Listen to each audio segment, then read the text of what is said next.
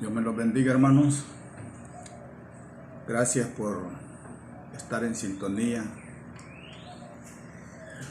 con la Iglesia de Cristo, Obra de Horas, a través de mi persona.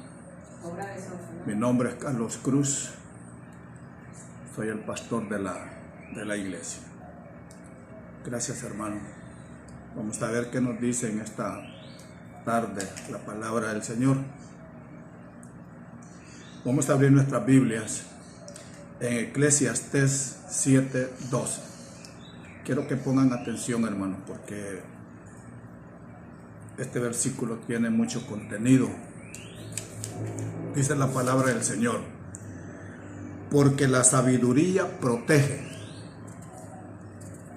como el dinero protege, pero la ventaja del conocimiento es que la sabiduría preserva la vida de sus poseedores. Vamos a repetir: porque la sabiduría protege, como el dinero protege, pero la ventaja del conocimiento es que la sabiduría preserva la vida de sus poseedores. Dios Padre que estás en gloria, en el nombre de mi Señor Jesús, te damos las gracias nuevamente. Que sea tu palabra respaldada por el Espíritu Santo y que sea de bendición para todos tus hijos. A mí dame la gracia, Padre, de nuevo, más que todo la gracia, para poder dar esta bendición. Gracias, Padre. En el nombre de mi Señor Jesús. Amén y amén. Aquí dice de que la sabiduría protege. ¿Qué es protección? Nosotros sabemos y estamos bien familiarizados con ese término, que es sombra. Y aquí en la bastardía lo dice. Si ustedes tienen la Biblia de las Américas, en la bastardía dice: está en una sombra. Está en una sombra. Esta es la palabra 6751, self, que es sombra. ¿No recuerda cuando Moisés envió espías y todos dieron un informe mal, pero hubo dos que dieron un informe bueno? Y uno de ellos dijo: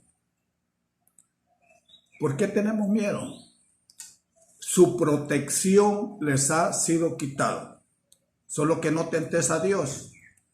Su protección, y en la bastardía ya dice su sombra. O sea que la sombra es una protección y la sabiduría es protección. ¿Y la sabiduría qué es? Son palabras. Son palabras. Veamos cómo podemos ejemplizar o adornar esto con algún relato bíblico. Si nosotros abrimos nuestra Biblia en Hechos 28,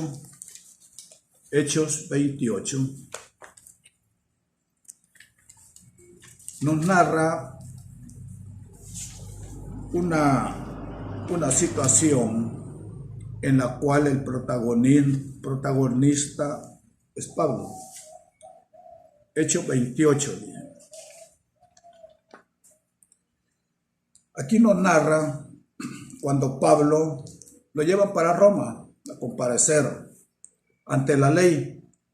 Llegan a una isla que se llama Malta y los recibieron bien los habitantes de esa isla y pusieron leña, hicieron una fogata para que se calentaran. Y en el 3 dice: pero cuando Pablo recogió una brazada de leña y la echó al fuego, una víbora salió huyendo del calor y se le prendió en la mano. Y los habitantes, al ver el animal colgando de su mano, decían entre sí: sin duda que este hombre es un asesino, pues aunque fue salvado del mar, justicia no le ha concedido vivir. Aquí hay una llamadita donde justicia es el nombre de una diosa. Pablo, sin embargo, sacudiendo la mano, arrojó el animal al fuego y no sufrió ningún daño. ¿Qué lo protegió en este caso a Pablo?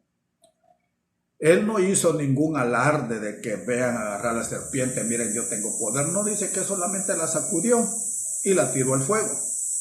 Y los demás esperaban que Pablo muriera. Pero pasó un tiempo y Pablo siguió vivo. Entonces ellos lo vieron como un dios. Recordemos que en la mitología griega hay muchos dioses que relacionan con animales. Aquí estaba Hércules, que lo relacionaban con las serpientes. Pero, ¿qué salvó a Pablo ahí? ¿Qué había en la mente de Pablo? Una palabra. ¿Dónde la escuchó? ¿Dónde la leyó? No sé. Pablo no anduvo con el Señor Jesús. Pedro sí anduvo. Y los demás apóstoles, pero Pablo no. Pero algo ha de haber oído él. No puedo decir que los leyó porque no sé si en ese tiempo estaba escrito, pero sabía algo que está escrito en Marcos 16, 17 y 18. Marcos 16, 17 y 18. Dice la palabra, Marcos 16, 17 y 18. Y estas señales acompañarán a los que han creído. Estas señales acompañarán a los que han creído. Tengamos eso en mente, creído. En mi nombre echarán fuera demonios, hablarán nuevas lenguas, tomarán serpientes en las manos, y aunque beban algo mortífero, no les hará daño. Sobre los enfermos pondrán las manos y se pondrán bien.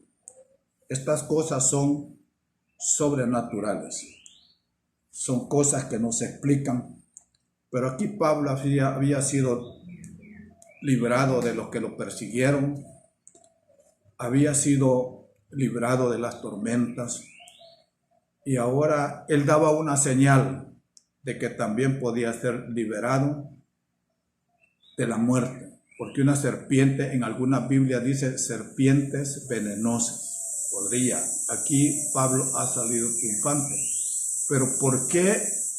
¿Qué es lo que le salvó la vida? Fue una palabra que estaba escrita o la había oído. Recordémonos de que Pablo y Lucas no anduvieron con el Señor Jesús. Sin embargo, fueron hombres con grandes poderes. ¿Dónde residía ese poder? Aquí vemos que la palabra, dice alguien, la palabra de Dios preserva la vida. La palabra de Dios preserva la vida. Que hablamos anteriormente de la sabiduría, que la sabiduría es sombra, protege. El dinero dice también que es sombra, pero el dinero da seguridad, pero no da felicidad. Usted para esta situación puede tener dinero y lo puede cubrir, lo puede proteger hasta cierto punto, pero cuando ya hay algo tan grave, el dinero no puede hacer nada. Pero la sabiduría sí le va a preservar la vida. Y la sabiduría, ¿qué es? Es tomar algo que nosotros ya sabemos que está escrito en la Biblia. Una palabra es una sabiduría. Un hecho bíblico es una sabiduría. Que si nosotros en un momento tenemos ese conocimiento, porque sabiduría es sinónimo también de conocimiento. Si nosotros tenemos ese conocimiento, en un momento dado echamos mano de eso y eso nos preserva la vida. Amén, hermano. Gloria a Dios. Veamos qué otro elemento nos puede preservar la vida. Veamos qué nos dice Hechos 2:1. Hechos 2:1. Hechos 2:1. Tenemos por un lado la palabra, preserva la vida. La sabiduría preserva la vida. Aquí en Hechos 2:1 se nos dice que cuando llegó el día de Pentecostés, estaban todos juntos y en un mismo lugar. Estaban todos juntos en un mismo lugar. En las iglesias, cuando estamos todos juntos, hay algo que llega y nos cubre, que es la presencia de Dios. Pero cuando todos estamos en un mismo sentir, en un mismo caminar, no estamos divididos. Cuando se da eso, la presencia de Dios llega y la iglesia se vuelve tan poderosa, capaz de hacer esas cosas sobrenaturales que están reflejadas en Marcos. Pero aquí dice que estaban juntos ahí. Hoy será una situación. Hoy estamos juntos. Estamos juntos en un mismo lugar. Pero ¿quiénes? La familia. Vean que por algo Dios lo pone, hermano. Dios pone todas estas situaciones. Se habló aquí de la iglesia. La iglesia se vuelve poderosa cuando todos llevan un mismo sentir, están en un solo lugar la iglesia. Y se ven cosas poderosas. Pero en la casa, hoy con esta situación, estamos juntos, pero tenemos el mismo sentir. Eso no sé. No sé, porque cada hogar es diferente a otro. Pero cuando hoy que está unida la familia y hay un mismo sentir, la presencia de Dios, llega el Espíritu Santo y eso cubre. El Espíritu Santo es una cubierta, es una sombra. Por eso procuremos, hermanos, procuremos. El enemigo sabe esta situación y va a tratar de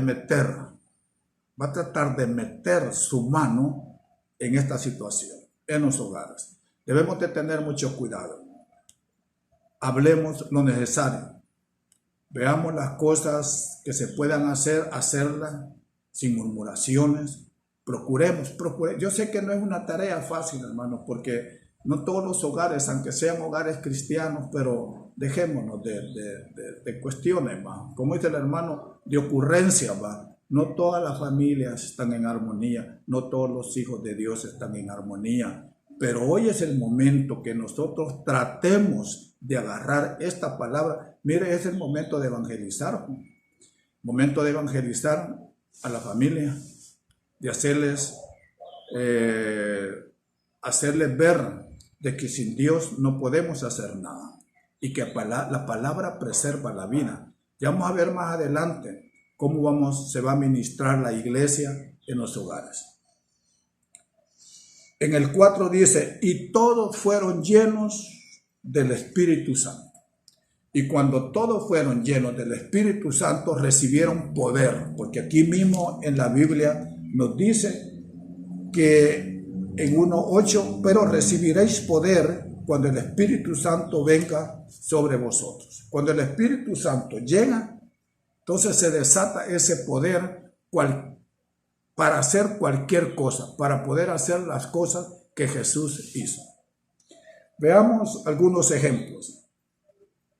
Hechos 4:8, ahí cerquita. Aquí está Pedro.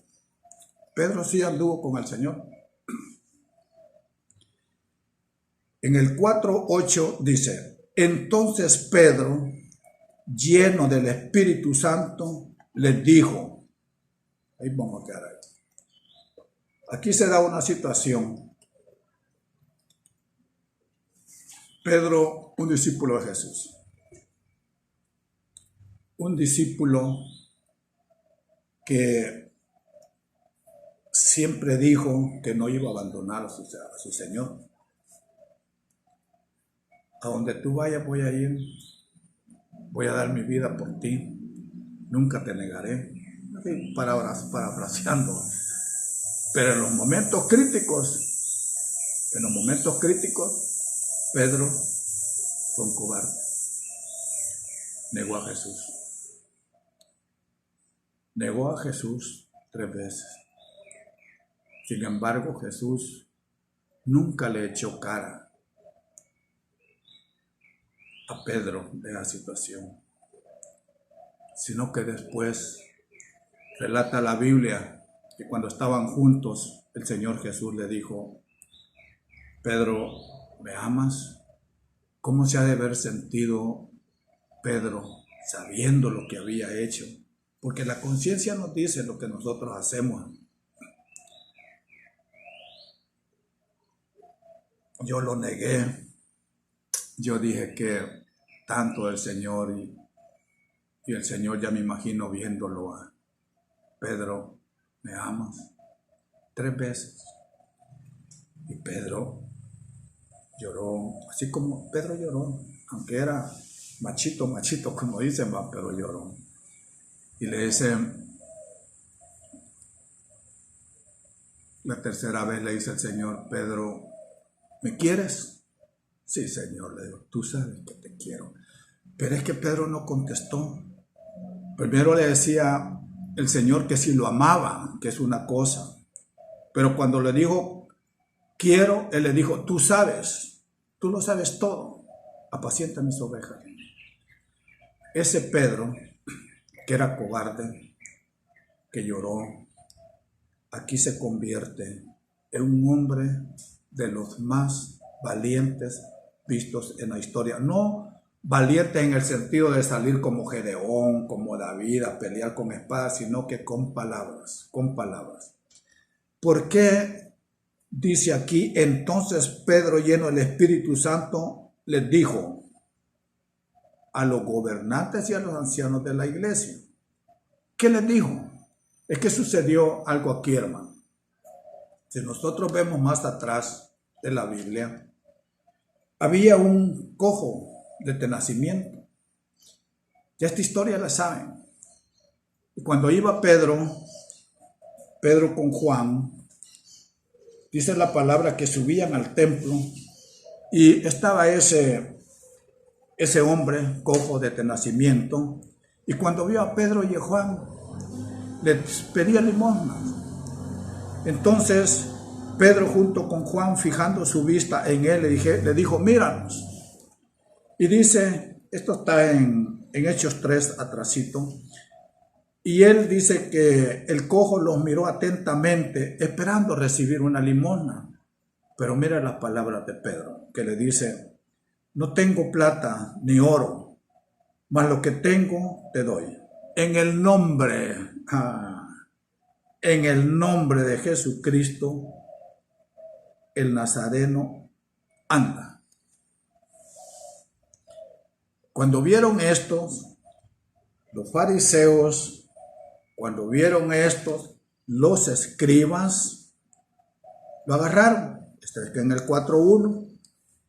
Mientras ellos hablaban al pueblo, se les echaron encima los sacerdotes. Fíjense quiénes los echaron encima.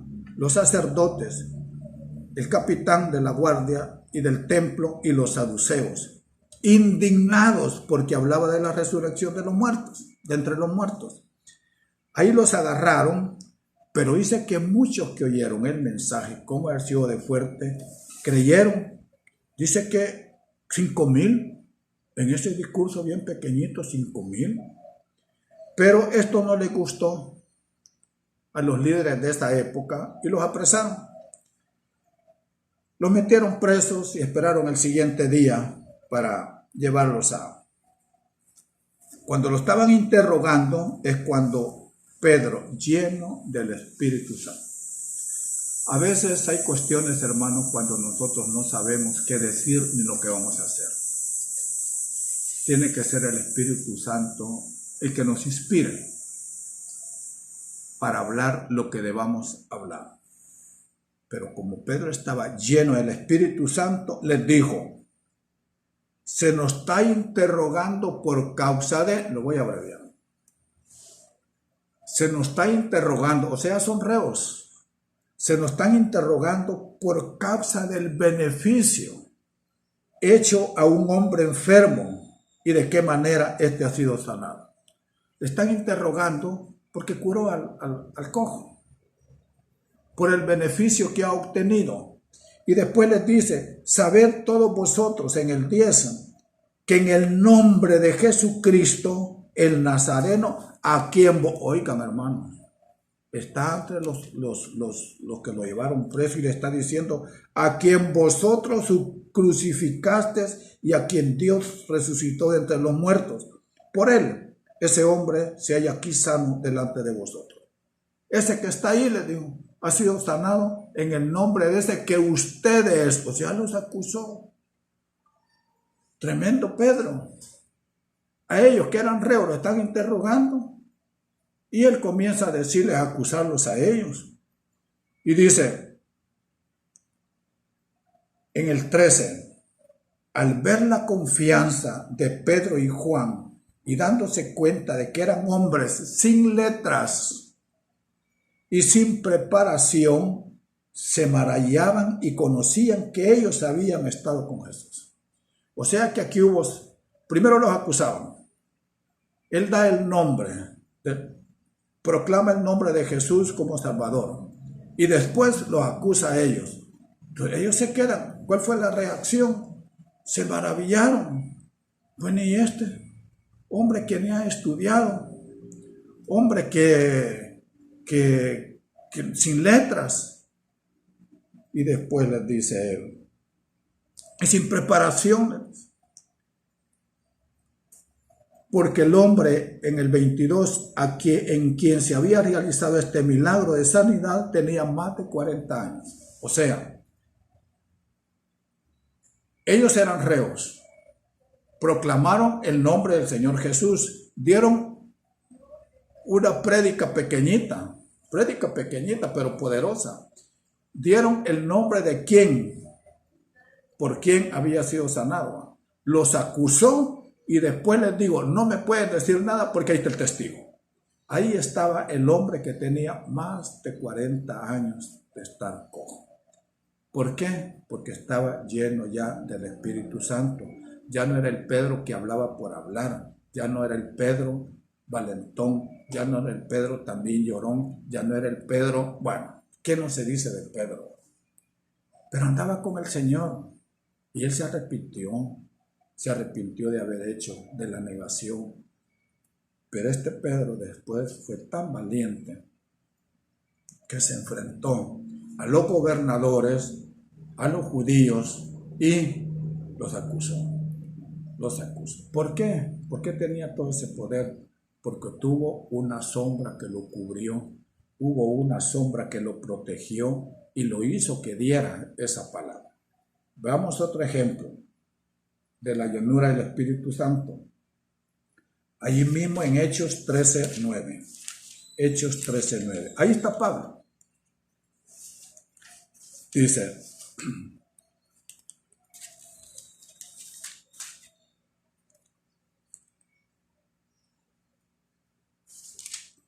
Hechos 13:9. Pues bien, dice de que Pablo llegaron a cierto lugar, tantas de las travesías que hizo. Llegaron a un lugar donde estaba un mago, un falso profeta, que se llama Barjesús.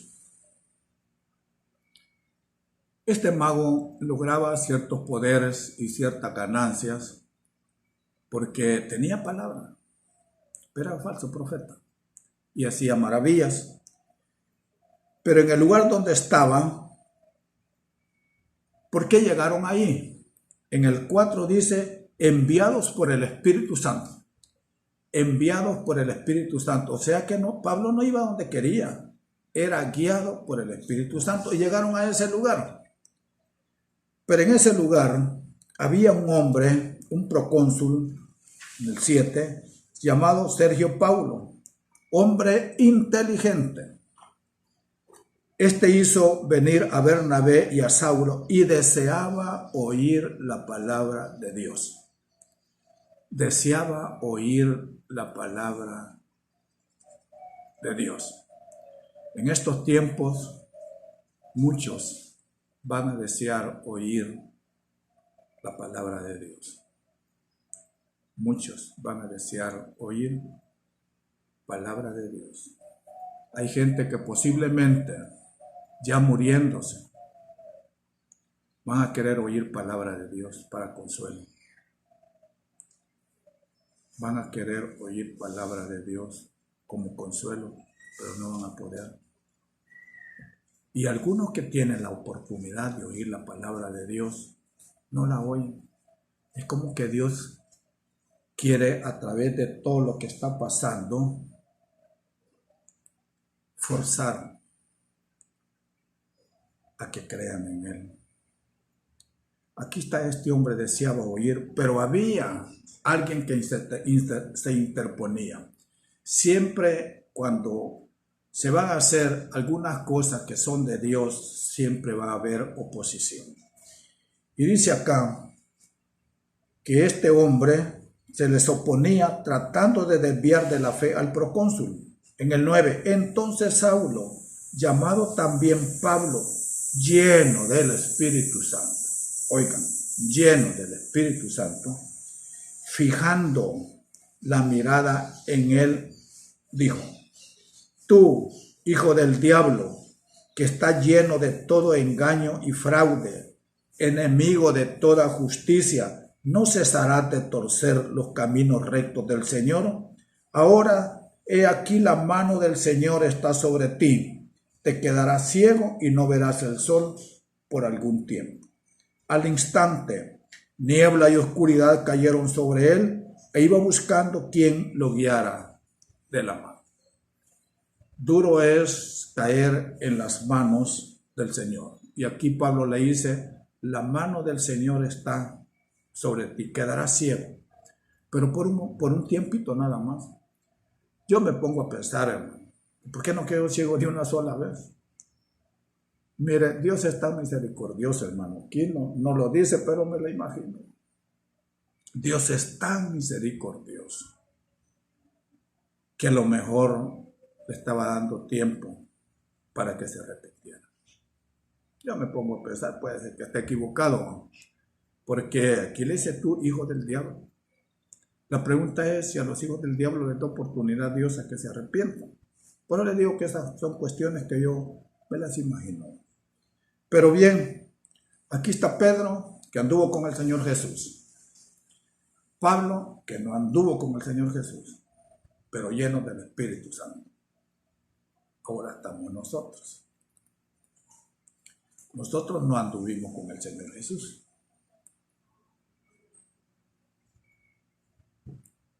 Ni Pablo. Pero podemos hacer estas cosas, usar estos poderes. Porque vean, se dice que cuando las plagas llegaron a Egipto, había que estar un Moisés para que ministrara las plagas. Él administraba, él manejaba eso. Pero otros no, ahora nosotros no podemos manejar esta plaga, porque esto ya es un ángel destructor enviado por el Señor Jesús para que ejecute juicio. ¿Qué podemos hacer nosotros? ¿Qué podemos ministrar como sacerdotes? ¿Qué podemos ministrar? En primer lugar, para poder ministrar los poderes, debemos de estar llenos del Espíritu Santo. Llenos del Espíritu Santo. Para poder ser hijos de Dios. Pero ¿cuándo somos nosotros hijos de Dios? Dice la palabra en Romanos 8:14. Romanos 8:14. Dice, Romanos 8:14. Dice, porque todos los que son guiados por el Espíritu de Dios, los tales son hijos de Dios. Allá dice que a Pablo lo guiaba el Espíritu Santo. Si nosotros somos hijos de Dios, vamos a ser guiados por el Espíritu Santo. Nosotros, hermanos, podemos ser llenos del Espíritu Santo. Nosotros recibimos en gran medida el Espíritu Santo cuando creemos, cuando aceptamos a nuestro Señor Jesús como nuestro Salvador. El Espíritu Santo está en nosotros. Pero a veces nosotros contristamos al Espíritu Santo. El Espíritu Santo se aleja. No que se va, se aleja. Pero cuando nosotros nos dejamos guiar por Él, podemos llegar a la condición de estar llenos del Espíritu Santo. Llenos del Espíritu Santo. Y una vez llenos del Espíritu Santo, en esta situación nosotros podemos ministrar. ¿Ministrar qué? Ministrar sanidad. No sé si me doy a entender. Nosotros en estos momentos críticos no podemos reprender al ángel destructor. No podemos. Pero sí podemos ministrar sanidad. En el nombre de nuestro Señor Jesús. Yo ministro sanidad desde acá. Protección divina a todos tus hijos, Padre. Estamos ministrando eso. Podría decirse que si yo ministro sanidad en este momento, ¿se van a curar? Mi deber es ministrar. Si tiene sombra, va a preservar la vida. Si tiene sombra, si tiene protección. ¿Y cuál es esa sombra y protección que el Hijo de Dios tiene? Porque aceptamos al Señor. Somos hijos de Dios, somos salvos. Salvos, pero ustedes ya saben de qué. Somos salvos. Pero de esta situación puede ser que no seamos salvos. Hay algo que nosotros debemos de tener para tener esa cubierta y preservar la vida. Dice acá, en Efesios 1:13, Efesios 1:13.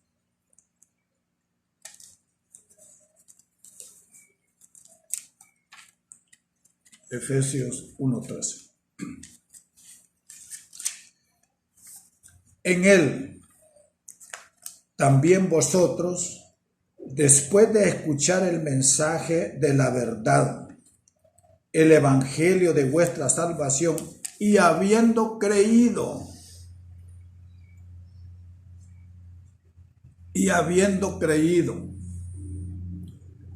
allá vimos en Marcos que decía que los que creen en su nombre echarán fuera demonios.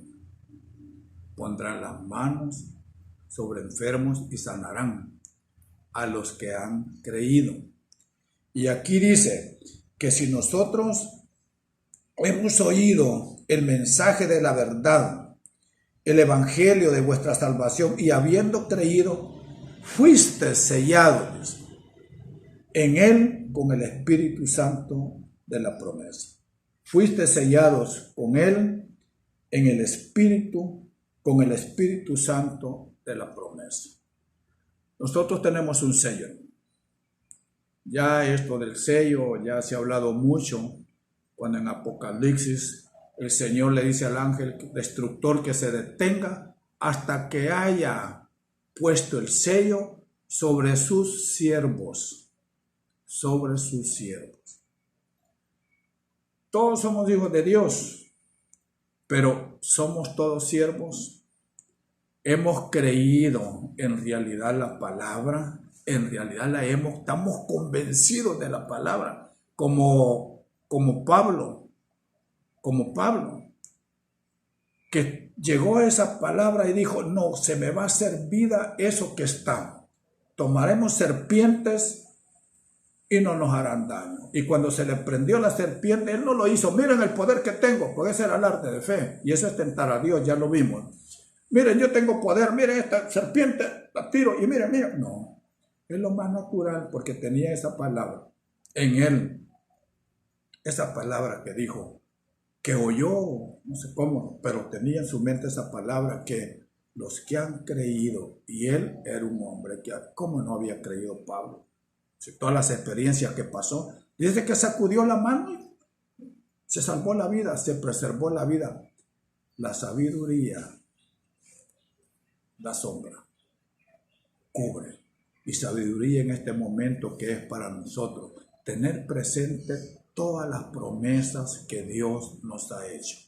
Dice la sabiduría preserva la vida de los que la poseen. Si usted posee la palabra de Dios, si usted la tiene, puede agarrarla en un momento, puede echar mano de esa palabra y el Espíritu Santo va a llegar y el Espíritu Santo a través de esa palabra se convierte en un sello para usted.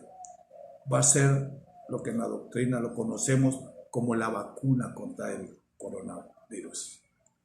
Estar lleno de aquel siervo, aquel que le sirve al Señor, aquel que ha creído en Él y que le pide y se entra en su presencia, Él no lo va a tocar este virus, porque hay promesa. Aquí está escrito. Pablo se acordó de eso. Nosotros debemos de acordarnos también de que estamos sellados. Pero ¿quién ha sellado? A los servidores. Soy yo servidor de Cristo. Estoy convencido de la palabra como Pablo, que creyó en él después que lo persiguió. De cualquiera podría decir, ¿cómo es que Dios usó a Pablo? ¿Cómo Dios usó a Pablo si persiguió a los cristianos? Los metió presos. Estuvo consciente y dio su aval cuando apedrearon a Esteban, cuando lo apedrearon. Él consintió en eso. ¿Cómo es posible que Dios se haya fijado en este hombre? No, pero ya el Señor lo había escogido. Ya el Señor sabía que era él un escogido para llevar el mensaje a los altos funcionarios en ese tiempo, a los que gobernaban el mundo en Roma, porque era intelectual. Él podía llegar, él sabía cuándo iba a utilizar a Pedro, cuándo iba a utilizar a Pablo. ¿Y Pedro qué decía en sus mensajes? ¿Cuál era el mensaje de Pedro? Arrepentíos. Este era el mensaje de Pedro. Arrepiéntanse. Y Pablo no. Pablo el mensaje más que todo era crean. Es diferente. Arrepentíos. ¿Por qué le decía Pablo arrepentíos? El Señor Jesús usó las dos cosas, arrepentíos y creer. Pero Pablo más que todo decía cree y serás salvo. Y Pedro decía arrepentíos. Nosotros, hermanos, estamos sellados con el Espíritu Santo. Los servidores están sellados y debemos de tener esa convicción, esa seguridad de que Él, a través de su palabra y el Espíritu Santo, nos va a preservar la vida. En Lucas 11:13, el Señor nos dice algo que debemos de tenerlo muy en cuenta. 11:13. Dice, pues si vosotros, siendo malos, sabéis dar buenas dádivas a nuestros hijos, cuanto más vuestro Padre Celestial dará el Espíritu Santo a los que se lo pidan. Hermano, ¿y por qué voy a pedir algo que ya lo tengo? Si yo te que acepté al Señor, la palabra dice que el Espíritu Santo está en mí. ¿Por qué lo voy a pedir? No es que aquí se refiere a que usted tiene que pedir la llenura del Espíritu Santo. La llenura del Espíritu Santo. Y si usted tiene la llenura del Espíritu Santo, podrá ministrar vida a los que están enfermos en esta situación. Claro, usted no va a llegar, a menos de que Dios lo mande, no va a estar haciendo alarde de fe. Desde aquí usted puede orar por todos los hijos, aquellos que los protejan, los familiares, pedirle a Dios de que vuelvan sus corazones hacia aquellos familiares de que no creen en Dios. Vamos a leer un salmo para terminar, 119, 25. Salmo 119, 25. Este Salmo 119 nos dice algo referente a dar vida. Dice: postrada está mi alma en el polvo. Vivifícame, ¿conforme a qué? A tu palabra. Postrada está mi alma en el polvo. ¿Cuántos no estarán postrados hoy en el polvo? Yo no sé si han visto esas imágenes de Ecuador, pero qué triste ha de ser sacar a un familiar de la casa y tirarlo a la calle y que le den fuego. Yo creo que nos postramos ante el Señor, nos arrepentimos y dice acá: postrada está mi alma en el polvo, vivifícame conforme a tu palabra. La palabra vivifica, la palabra da vida. Hermanos, espero que tengamos presente que la palabra da vida, tengamos presente que el Espíritu Santo nos protege. Nada más debemos, si en una forma le hemos fallado al Señor, pues pedirle perdón en estos momentos. Vamos a orar, hermano. Dios Padre que estás en gloria, en el nombre de mi Señor Jesús, en el nombre de mi Señor Jesús, te doy la gracia, Padre. Yo te pido aquí por tus hijos, aquellos de la iglesia, a quienes conozco, que los protejas, Padre, en esta situación. Yo sé de que muchos estarán viendo. Yo como no quisiera verlos desde aquí a ustedes. Mirad esas caritas, esas ovejitas a veces con sus cosas graciosas y a veces también con sus cosas que sacan de quicio, pero al fin y al cabo ovejas. Son hijos tuyos, Padre, como lo soy yo, como es mi hija, como es toda mi familia. Ten misericordia de ellos. Que pase pronto esto, Padre. Cúbrelos. Que tu protección divina esté sobre ellos. Que tu sombra esté sobre ellos. Que tu sombra esté sobre ellos. Cuídalos, Padre. Dale fuerza para seguir adelante. Que sea esta la oportunidad para poder hablar del Señor en familia. Gracias, Padre, te doy en esta tarde. Gracias, Padre, en el nombre de nuestro Señor Jesús.